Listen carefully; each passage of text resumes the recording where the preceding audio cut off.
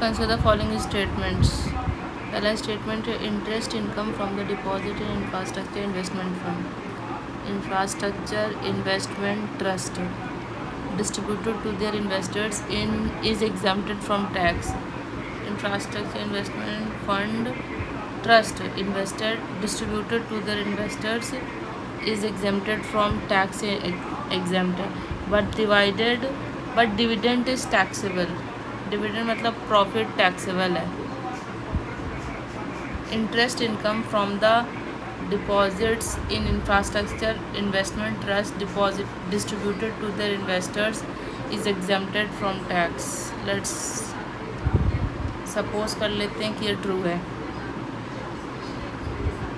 Infrastructure investment trust are recognized as borrowers under the scrutinization and reconstruction of financial assets and enforcement of Security and Trust Act 2002. Which of the following is correct in respect of the above statement? कौन सा सही है? ठीक है. Statement 1 is incorrect. Statement 2 is correct. Statement 1 is correct but statement 2 is incorrect. ये नहीं पता, ये क्वेश्चन तो पता नहीं है क्या है. I don't know. मुझे पहला सही लग रहा है, सेकंड वाला. Investment infrastructure trust are recognized as borrowers under the securitization and reconstruction. Securitization दोनों true. Statement 1 is incorrect, second is correct. पहला वाला गलत है, पहला वाला फॉल्स है. डी आंसर है. क्या इनवाइट्स? मुझे लगा इंफ्रास्ट्रक्चर इन्वेस्टमेंट ट्रस्ट है, लिखा है ना ब्रैकेट में, देखो पहले वाले ऑप्शन में.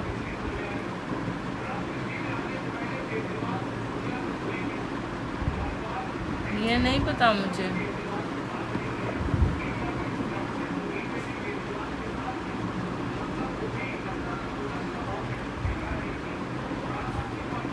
हाँ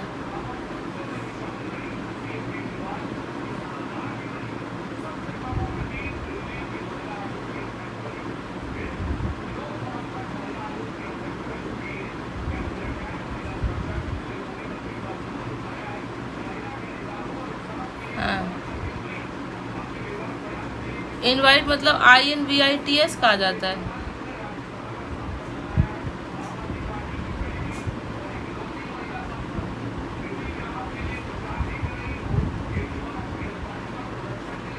अच्छा नहीं पता था. वैसे ये वो 2022 का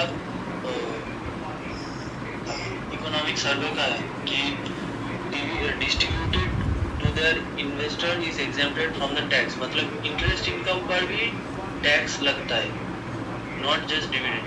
अच्छा अच्छा. जब इंटरेस्ट कमा रहे हो तुमने, मान लो कि तुमने इनवाइट्स पे पैसे लगाए तो उसका इंटरेस्ट इनकम होगा. हाँ मतलब ये बॉन्ड जैसा है कि हाँ मान लो सरकारी बॉन्ड खरीदी तुमने तो उसके ऊपर तो एक इंटरेस्ट लगता है. हाँ. तो उसके ऊपर तुम्हारी टैक्स लगेगी अगर ज़्यादा इनकम हो तो.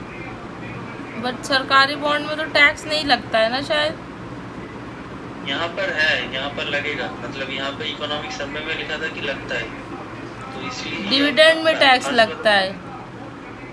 हाँ, इंटरेस्ट इनकम पर. ठीक है, तो पहला वाला सही है.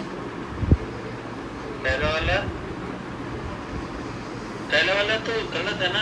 यहाँ पे लिखा है exempted from the tax, not exempted. अच्छा, एग्जेम्प्टेड फ्रॉम द टैक्स है. या राइट. मतलब डिविडेंड भी टैक्सेबल है और इंटरेस्ट इनकम भी टैक्सेबल है. और ये तो सरफेसी के अंडर ही आता है 2002. सरफेसी एक्ट के अंडर. हाँ, क्या आता है सरफेसी एक्ट के अंदर? रिकॉग्नाइज्ड है, रिकॉग्नाइज्ड. मतलब मानो कि तुमने कोई कंपनी का इनवाइट खरीदी और वो कंपनी बैंकरप्ट हो गई, तो उसका एसेट को हम जैसे जब्त कर लेते हैं ना जमीन, उसका एक्ट है सरफाइसी एक्ट। एक और एक्ट है IBC, इंसॉल्वेंसी एंड बैंक्रप्सी। हाँ और ये दूसरा वाला उसका ही मतलब वैसा ही दूसरा वाला एक्ट है सरफाइसी एक्ट, जिसमें भी एसेट रिकवर्ड का किया जाता है कि जो कंपनी पैसे नहीं दे पा रही है तो उनकी प्रॉपर्टी हड़प लो, उनको नीलाम करके फिर पैसे लेते हैं इस एक्ट के अंदर। तो इनवाइट, कोई कंपनी इनवाइट इशू करे और वो इनवाइट का इंटरेस्ट नहीं चुका रहा है तो वो कंपनी को हड़प करके इनवाइट का इंश्योरेंस चुकाया जा सकता है। इनवाइट क्या है? इनवाइट मतलब इनवाइट करना, किसी को बुलाना, या इंफ्रास्ट्रक्चर इन्वेस्टमेंट ट्रस्ट? इनवाइट मतलब तुम्हारी, मान लो कि तुम्हारी कंपनी है, ठीक है, तुम्हारी कंपनी है तो तुम इंफ्रास्ट्रक्चर प्रोजेक्ट में इन्वेस्ट करोगे तो उसके लिए पैसा कहाँ से आएगा? तो तुम इनवाइट इशू करोगे मार्केट में। मतलब मान लो कि तुम्हारी एक कंपनी है प्रीति इंफ्रास्ट्रक्चर, ठीक है, तो तुम एक रोड बनाओगे, तुम्हारे पास पैसा नहीं है तो तुम्हें पैसे कहाँ से आएंगे? तो तुम मार्केट में इनवाइट इशू करोगे, और इनवाइट पे लोग पैसे डालेंगे इनवाइट के through, but it is kind of bond. ठीक है चलो। मुझे नहीं लगता तुम्हें समझ में नहीं आया समझ में। Let me read once. Interest income from the deposits in infrastructure investment trust distributed to their investor is exempted from tax से exempted है, but dividend is taxable। गलत है क्योंकि infrastructure investment trust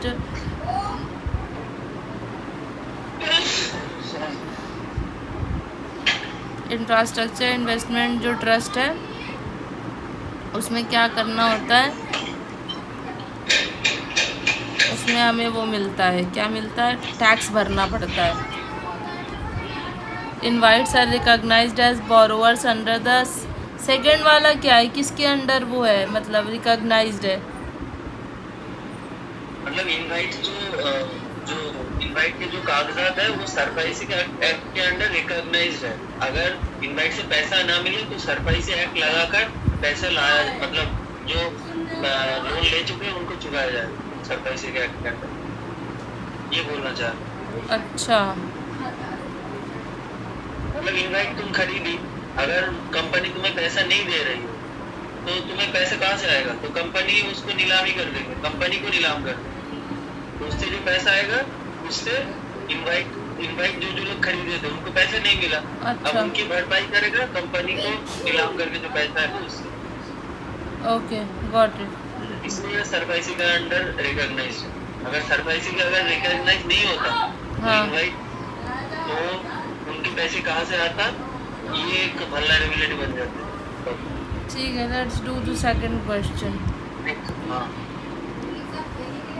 Consider the following statement. In the post-pandemic recent past, many central banks worldwide had carried out interest rate hikes. In the post-pandemic recent past, many central banks worldwide had carried out interest rate hikes. मतलब interest rate को बढ़ा दिया,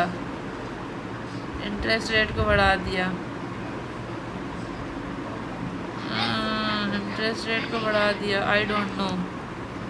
statement second, central bank generally assume that they have ability to counteract the rising consumer price via monetary policy means। ये सब 2023 के question है, मेरे को तो बहुत टफ लग रहे हैं, मुझे तो बहुत टफ लग रहा है। अच्छा, इसमें बोल रहा है पोस्ट पैंडमिक में सेंट्रल बैंक ने वर्ल्ड वाइड इंटरेस्ट रेट को बढ़ा दिया था। अगर इंटरेस्ट जैसे पेंट अप डिमांड थी लोगों के पास, तो लोगों ने मतलब पैसा तो खर्च नहीं कर रहे थे, तो उनका बैंक में ही पैसा पड़ा हुआ था ना लिटरली, तो मतलब फिर मतलब इंटरेस्ट बढ़ा दिया तो बचा कुचा पैसा वो भी बैंक में चला गया। मुझे तो गलत लग रहा है ये। लोग जब पैंडमिक चली जाएगी तो लोग पैसा निकाल लेंगे ना, निकाल लेंगे तो खूब सारा खर्चा करेंगे, तो सरकार के पास पैसा कम बचेगा। सही लग रहा है मुझे। वैसे सरकार को ज़रूरत होगी, उसने इंटरेस्ट रेट बढ़ा दिया होगा और बैंक के पास पैसा चला गया होगा। पता नहीं, फर्स्ट ट्रू लग रहा है मुझे।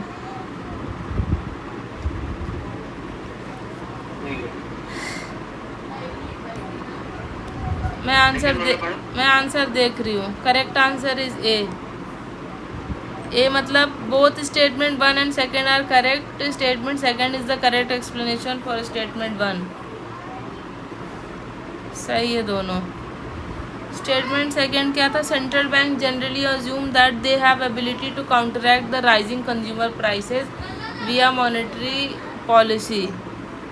सेंट्रल बैंक का मतलब ऐसे तो ड्यूटी होती है ना कि जो भी मार्केट में जो पैसा है, अगर कोई इशू चल रहा है पैसे से रिलेटेड तो पॉलिसी लगा दें, इम्प्लीमेंट कर दें. हाँ, दोनों स्टेटमेंट भी सही है और ये करेक्ट एक्सप्लेनेशन भी है. हाँ, कुछ बोलना है कि दूसरा करें? हाँ, मतलब ये लास्ट ईयर के रिस्पेक्ट में बहुत ही अच्छा क्वेश्चन है, क्योंकि लास्ट ईयर तो इन्फ्लेशन बढ़ रहा था तो कंपनियों ने भी मतलब रेपो रेट बढ़ाए थे. अब ये याद रखना कि रेट मतलब कोई भी रेट सेम ही है. Repo rate, interest rate, bank rate सब इक्विवेलेंट है. मतलब कहीं पे इंटरेस्ट रेट मतलब इन्फ्लेशन को कंट्रोल करने के लिए कहीं पे लिखा है इंटरेस्ट रेट हाइक किया गया, या फिर वहाँ पे ऐसे लिख सकता था कि रेपो रेट हाइक किया. दोनों सेम चीज है, सब सेम है. अगर मतलब उसने रेट लिख दिया है, मतलब इंटरेस्ट रेट लिख दिया है तो बराबर है, सब कुछ सेम ही है. मतलब इंटरेस्ट रेट, रेपो रेट, फलाना रेट, ढिकाना rate, all are same. But एक जगह पे कंसर्न रहना थोड़ा reverse repo rate. Reverse repo rate थोड़ा सा कंसर्न रहना. ठीक है. मतलब अगर एमएसए हो गया, मार्जिनल स्टैंडिंग फैसिलिटी वाला रेट, फिर बैंक रेट हो गया, फिर एसडीआर हो गया, कुछ मतलब एसडीआर नहीं सॉरी, फिर ये जो बाकी के रेट्स होते हैं, तो रेट्स अगर मतलब सब कुछ मतलब बढ़ाया जाता है टू काउंटरैक्ट द इन्फ्लेशन. ठीक है. नेक्स्ट, ये बहुत अच्छा क्वेश्चन था, ये मुझे करना चाहिए था बट मैंने गलत कर दिया था शायद. कौन सा? Question number 3. थर्ड करते हैं, चलो. Which one of the following activities of the Reserve Bank of India is considered to be part of sterilization? अरे यार, ये this question I have done अभी थोड़ी देर पहले. मैं स्टेरिलाइजेशन का कॉन्सेप्ट भूल गई, फिर से पढ़ा था. स्टेरिलाइजेशन मतलब एक्सेस जो लिक्विडिटी हो जाती है उसको सक कर लेना by RBI. Oh, access liquidity जो मार्केट में है उसको सक कर लेना बाय आरबीआई. हाँ. तो कौन सी पॉलिसी लगेगी? Contractionary monetary policy. हाँ, कॉन्ट्रैक्शनरी मॉनेटरी पॉलिसी हुआ तो वो होता, बट ये जो मैकेनिज्म के थ्रू करता है आरबीआई उसका नाम है ओएमओ, ओपन मार्केट ऑपरेशन. क्या? ओएमओ पढ़ाया था ना? हाँ, ओपन मार्केट ऑर्गेनाइजेशन. हाँ, पता है. ऑर्गेनाइजेशन नहीं, ऑपरेशन. ठीक है जी. Open market operation. Open market, ठीक है, पता था मुझे, गलती से निकल गया. स्टेरिलाइजेशन मीन्स क्या होता है? जो एक्सेस लिक्विडिटी होती है मार्केट में उसको सेंट्रल बैंक सक कर लेती है थ्रू ओपन मार्केट और ऑपरेशन. हाँ, ये इन्फ्लेशन को कंट्रोल करने के लिए होता है. मान लो कभी कभी ये कब होता है, मान लो कभी कभी जब इंटरेस्ट एक्सचेंज रेट वोलेटिलिटी होता है, वोलेटिलिटी एक्सचेंज रेट. मान लो कि डॉलर का प्राइस बहुत ज्यादा बढ़ रहा है, ठीक है. इसमें मतलब वॉलेटिलिटी का क्या मतलब होता है? बता रहा हूँ ना मैं. नहीं, मीनिंग बताओ. ऐसे तो वॉलेटाइल का जो मतलब होता है वो उड़ जाना होता है. मतलब चेंजेस एक्सचेंज रेट चेंजेस बहुत ज्यादा हो रहा है, मतलब बढ़ाओ चढ़ाओ, या फिर कोई बहुत बढ़ रहा है टाइम पे, बहुत घट रहा है. ठीक है. अब एक सिचुएशन समझ लो इधर उधर. जैसे कि मान लो कि रूपी कंपेयर टू डॉलर बहुत वीकन हो रहा है, मतलब डॉलर स्ट्रांग हो रहा है, ठीक है. तब आरबीआई क्या करेगा कि जो बाजार में जो डॉलर है उसको खरीद के उसकी जगह मनी सप्लाई करेगा, इंडियन रूपी, ठीक है. इससे क्या होगा कि जो डॉलर का एक्सचेंज रेट है वो स्टेबल हो जाएगा. समझ गए? मतलब सिचुएशन क्या है, नॉर्मल सिचुएशन है कि डॉलर का प्राइस बढ़ रहा है, मतलब डॉलर स्ट्रॉन्ग हो रहा है, तो आरबीआई क्या करेगा कि अपने फॉरेक्स जो रिजर्व है, नहीं फॉरेक्स रिजर्व नहीं सॉरी, जो आरबीआई करेगा कि मार्केट में डॉलर बढ़ रहा है तो डॉलर खरीद लेगा अपने पास, ठीक है। अब डॉलर कैसे खरीदेगा, पैसे देगा, अपना यूनियन रुपी देगा। मार्केट में डॉलर का प्राइस बढ़ रहा है, ठीक है, तो आरबीआई ने डिसाइड किया कि डॉलर का जो प्राइस बढ़ रहा है उसको काउंटरएक्ट करना है। हाँ कैसे करेगा कि रुपीस को देकर वो डॉलर खरीद लेगा एक्सचेंज पॉइंट के थ्रू, मतलब रुपीस देकर डॉलर खरीद लेगा हाँ मार्केट से। हाँ, तो ये आपको होगा मार्केट में पैसे मतलब रुपीस ज्यादा आ गए। रुपीज़ ज़्यादा हो जाएंगे। हाँ, अब ये रुपीस तो ज्यादा हो गया तो क्या सिचुएशन हो, इन्फ्लेशन की सिचुएशन हो गया, रुपीस मनी सप्लाई ज्यादा हो रहा है, तो वो मनी सप्लाई को सक करने के लिए वेमो करता है, बस यही है। मनी सप्लाई को सक करने के लिए जो प्रोसेस होता है उसको कहते हैं स्टेबलाइजेशन, और ये जो मेकनाइजेशन है ये वेमो है, पूरा mechanisation. Okay, conducting open market operation, यही ऑप्शन हो जाएगा इसका तो। हाँ, तो ये बहुत ही ऐसे ही करना चाहिए। ठीक है, let's do the next one. हाँ, वो शेयर मार्केट वाला चैप्टर से भी क्वेश्चन आते हैं, मैंने तुम्हें बताना भूल गया, वो सब चैप्टर जो बता रहा था मैं, हाँ। उसमें शेयर मार्केट भी। ठीक है, consider following markets, consider the following markets: government bond market, call money market, treasury bill market, stock market. ये क्वेश्चन मुझे आता है। कंसिडर फॉलोइंग मार्केट्स, तो कैपिटल मार्केट, मार्केट दो तरीके से डिवाइड होती हैं, एक मॉनेटरी मार्केट और एक कैपिटल मार्केट। कैपिटल मार्केट जिसमें मतलब लॉन्ग टर्म होता है ना, लॉन्ग टर्म के लिए पैसा ले सकते हैं, और मनी मार्केट से लेस देन 1 ईयर में पैसा ले सकते हैं। तो ट्रेजरी बिल्स तो 365 मैक्सिमम होता है। कॉल मनी ये भी शॉर्ट टर्म के लिए होता है। गवर्नमेंट बॉन्ड तो मतलब ये जैन सर ने पढ़ाया था, तो हाँ ये तो ज़्यादा दिन के लिए इशू होते हैं। स्टॉक मार्केट से भी ये तो होता ही ज़्यादा दिन के लिए। 1 and 4 only 2। You have to spend more time on this कि आगे बढ़े। सही नहीं ठीक है, ये तो मतलब पता है। Consider the investment in the following assets: brand recognition, inventory, intellectual property, mailing list of clients. Consider the investment of the following assets, consider the investments in the following assets. अब ये वाला क्वेश्चन है कुछ, मुझे लग रहा है हमें investment, consider the investment in the following assets.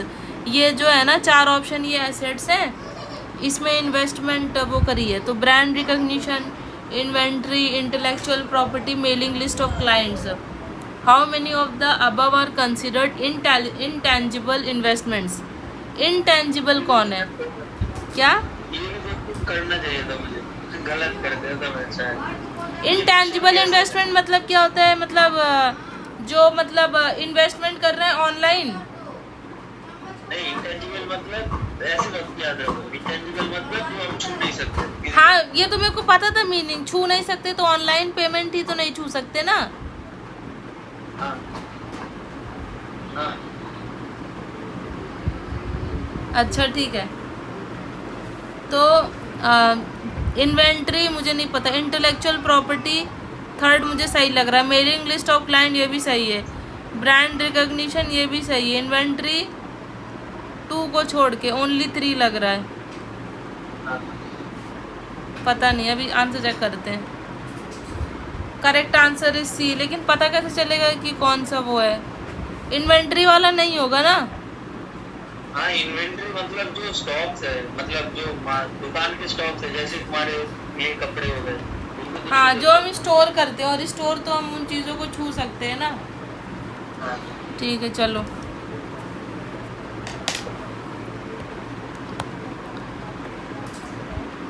Answer छिपा दूँ? आंसर में नज़र पड़ने से पहले आंसर छिपाना पड़ता है। क्या? आंसर में नज़र पड़ने से पहले आंसर छिपाना पड़ता है।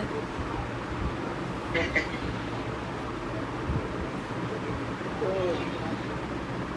ये इसके बाद वाला क्वेश्चन भी टैक्स के चैप्टर से ज़्यादा क्वेश्चन नहीं पूछते, कल पिछले साल में पूछ कर। ठीक है, ये वाला करते हैं। Consider the following: demographic performance, forest and ecology, government reforms, stable government, tax and physical efforts. For the horizontal tax devolution 15 finance commission used for the horizontal tax devolution 15 finance commission used how many of the above as criteria other than population area, income, distance? Devolution मतलब क्या होता है? मतलब tax को कम करना। Revolution माने मतलब donate करना, क्या? देना मतलब स्टेट्स को पैसे देते हैं, पैसे मतलब जो इनकम टैक्स के जो फंड सेंट्रल गवर्नमेंट के पर आता है, तो उसको डेवलप मतलब सेंट्रल गवर्नमेंट के पास फिर से देना।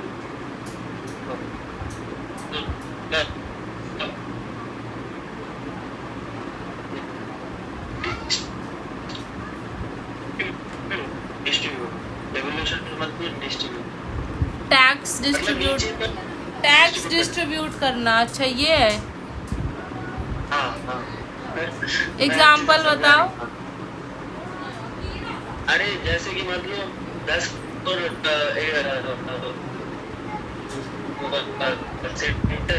गवर्नमेंट के पास टैक्स के तौर पर है, ठीक है? क्या?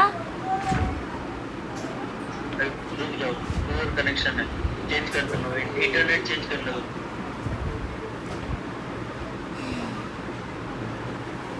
Consider. Let's read the question again.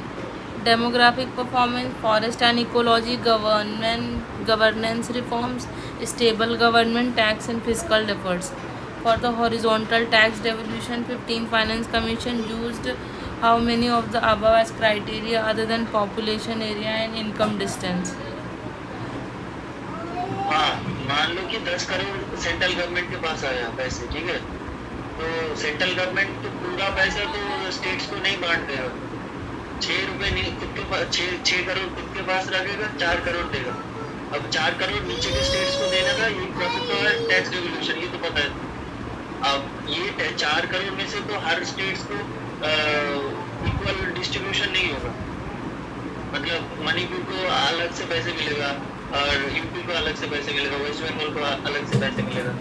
तो ये कौन कौन से क्राइटेरिया के ऊपर डिपेंडेंट है, यहाँ पे यही पूछा है, कौन कौन से क्राइटेरिया पर डिपेंडेंट है कि कौन स्टेट्स को कितने कितने पैसे मिलेंगे। डेमोग्राफिक परफॉर्मेंस, हाँ फॉर श्योर, है ना?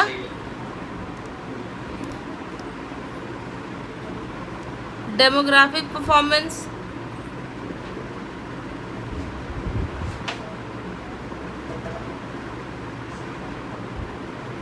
फॉरेस्ट एंड इकोलॉजी,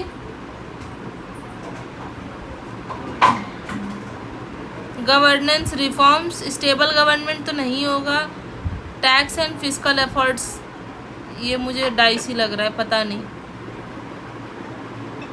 हाँ, 6 है तो टैक्स एंड फिजिकल एफर्ट्स होगा, गवर्नमेंट एफर्ट्स नहीं होगा। आंसर क्या है पहले इसका देखो, आंसर बी है, ओनली 3। तो मतलब कौन कौन सा सही है? डेमोग्राफिक परफॉर्मेंस तो होगा, 3 और 4 सही नहीं है। तीन गलत है। हाँ, गवर्नेंस रिफॉर्म में पैसा लगेगा, वो उसमें मतलब पैसे उस पे नहीं मिलेंगे इनको। गवर्नमेंट रिफॉर्म्स तो मतलब उनका ड्यूटी है गवर्नमेंट का, वो कर वैसे पैसे। ठीक है, मतलब ये गलत है। फॉरेस्ट एंड इकोलॉजी पे मिलेगा पैसा, टैक्स और फिजिकल एफर्ट्स में मिलेगा। ठीक है,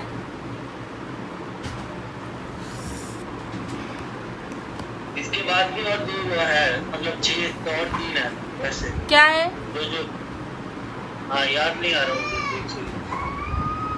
tax revolution, forest, tax devolution, forest and ecology, tax and physical efforts. Tax and physical efforts, ये याद रखना है भाई, ये सारी चीज़ें। देख लेना। Okay, check it out, I am waiting.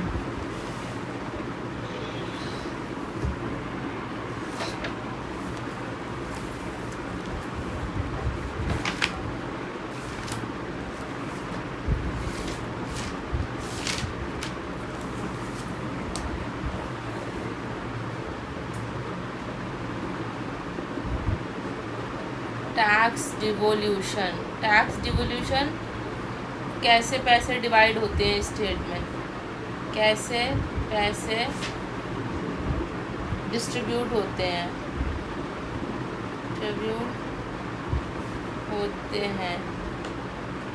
State में। अब उनके क्राइटेरिया किस पे पैसे मिलते हैं, ना डेमोग्राफिक परफॉर्मेंस पे,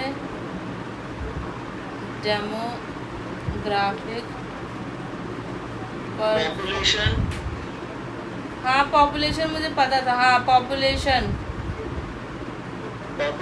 इनकम डिफरेंस, डेमोग्राफिक परफॉर्मेंस और पॉपुलेशन तो सेम ही हुआ। हाँ डेमोग्राफिक पॉपुलेशन एंड पॉपुलर सही है। इनकम डिफरेंस है, हाँ। एरिया है, एरिया, हाँ एरिया भी है, हाँ। और फिर फॉरेस्ट इकोलॉजी, नहीं पॉपुलेशन अलग है और डेमोग्राफिक परफॉर्मेंस अलग है। पॉपुलेशन मतलब मान लो कि यूपी की पॉपुलेशन 16 करोड़ है, हाँ। ठीक है, तो बर्थ कंट्रोल के लिए जो मेजर्स है वो डेमोग्राफिक परफॉर्मेंस के ऊपर जाता है। क्या?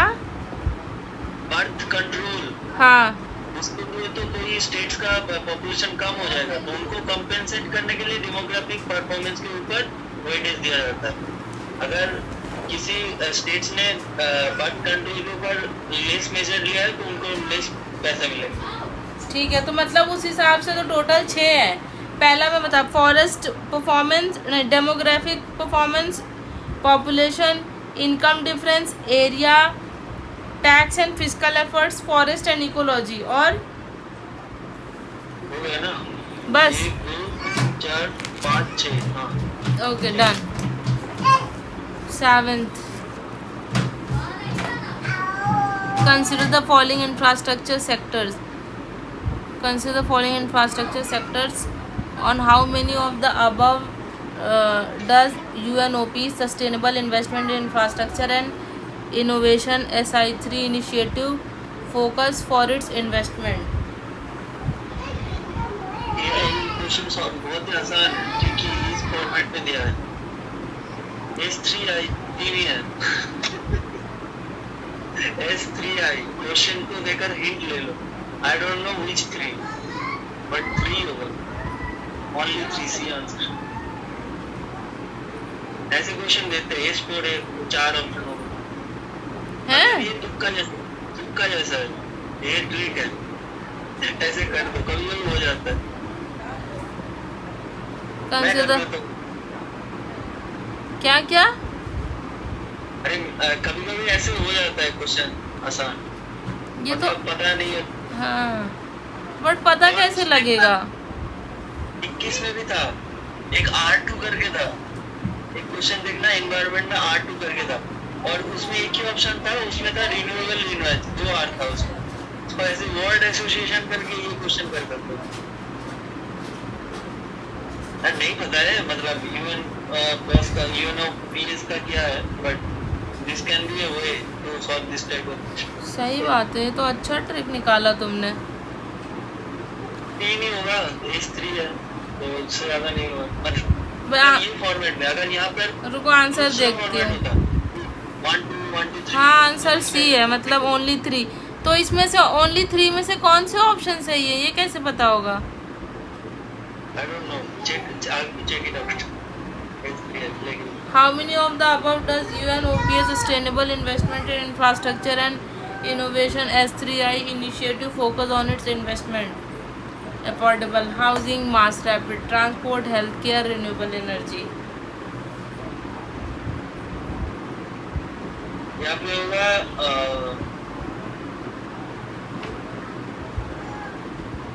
इनोवेशन एंड टेक्नोलॉजी क्या है अलग से? हिस्ट्री का टुक से दिया है। क्वेश्चन नंबर 8 करते हैं, तुम देख लो जब तक। Consider the following statement. Statement 1, India accounts for 3.2% of global exports of goods. Many local companies and some foreign companies operating in India have taken advantage of India's production linked incentive scheme. Many local companies and some foreign companies operating in India have taken advantage of India's production linked. मुझे तो ठीक लग रहा है second वाला। क्या? उसमें mass rapid transport नहीं होगा, बाकी तीन होगा। एक सेकंड, अफोर्डेबल हाउसिंग 7 में मास रैपिड ट्रांसपोर्ट नहीं होगा इसमें।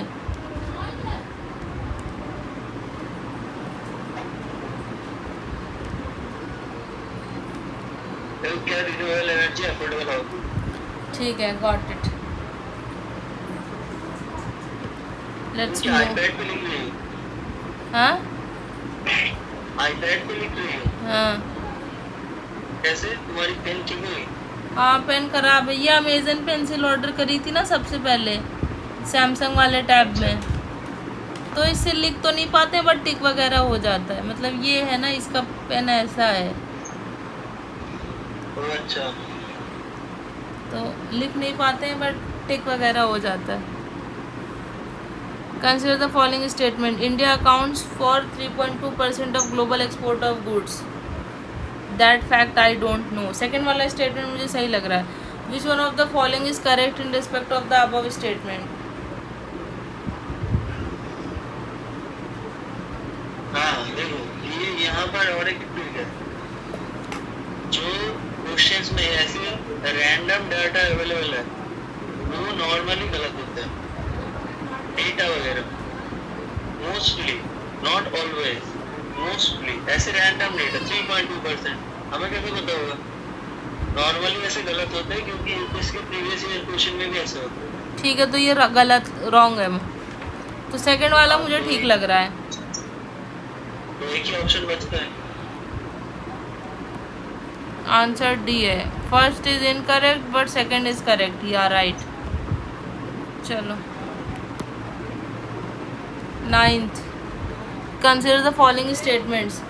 Stability and Growth Pact of the European Union is a treaty that limits the level of the budgetary deficit of the countries of the European Union, makes the countries of European Union to share their infrastructure facilities, enable the countries of European Union to share their technologies. How many of the above statements are correct?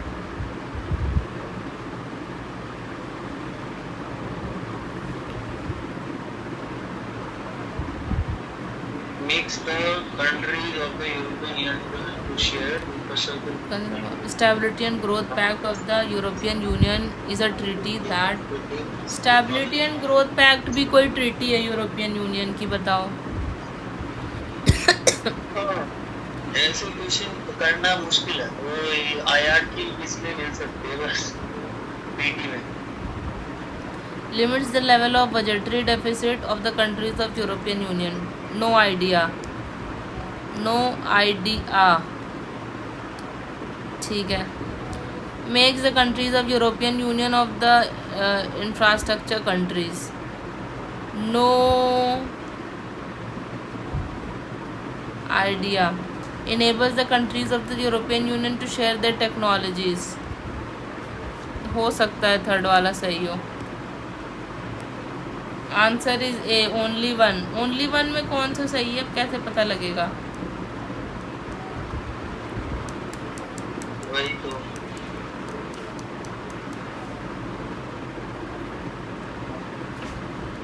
चलो 10th, let's see 10th। There is no point waiting for someone कि हमें कोई ला के डाल देगा explanation. Consider the following statement with reference to India. According to Micro, Small, Medium Enterprise Development Act 2006, the medium enterprise are those with investment in plant and machinery. पहले वाले 9th में पहला वाला सही है और दूसरा गलत है, दोनों, बाकी दोनों गलत। पहला वाला सही है, हाँ। बाकी दोनों गलत है। How do you no?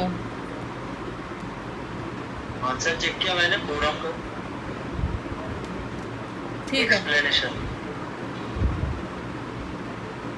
ठीक है। Consider the following statement with reference to India. According to Micro, Small and Medium Enterprise Development Act 2006, the medium enterprise are those with investment in plant and machinery between 15 and 25 crore. All bank loans to the micro, small, medium enterprise qualify under the priority sector. इसमें वो MSME का ये है, medium का शायद 10 से 50 करोड़ का है। हाँ 10 से 25 या फिर 5 से 50 करोड़, 15 से 25 नहीं है। और मैंने तुम्हें एक ट्रिक बताया कि ऐसे कोई रैंडम स्टेटमेंट में डेटा होता है तो गलत होता है। ठीक है, गलत। तो ये गलत होगा और दूसरा स्टेटमेंट तो गलत ही होगा क्योंकि ऑल दे रखा है। पहले में क्यों गलत होगा क्योंकि उसका लिमिट 10 से 50 करोड़ या फिर 5 से 50 करोड़ वैसा कुछ है, और दूसरा बात तो गलत ही होगा। दोनों गलत है। Neither one nor two. सही है, डी आंसर।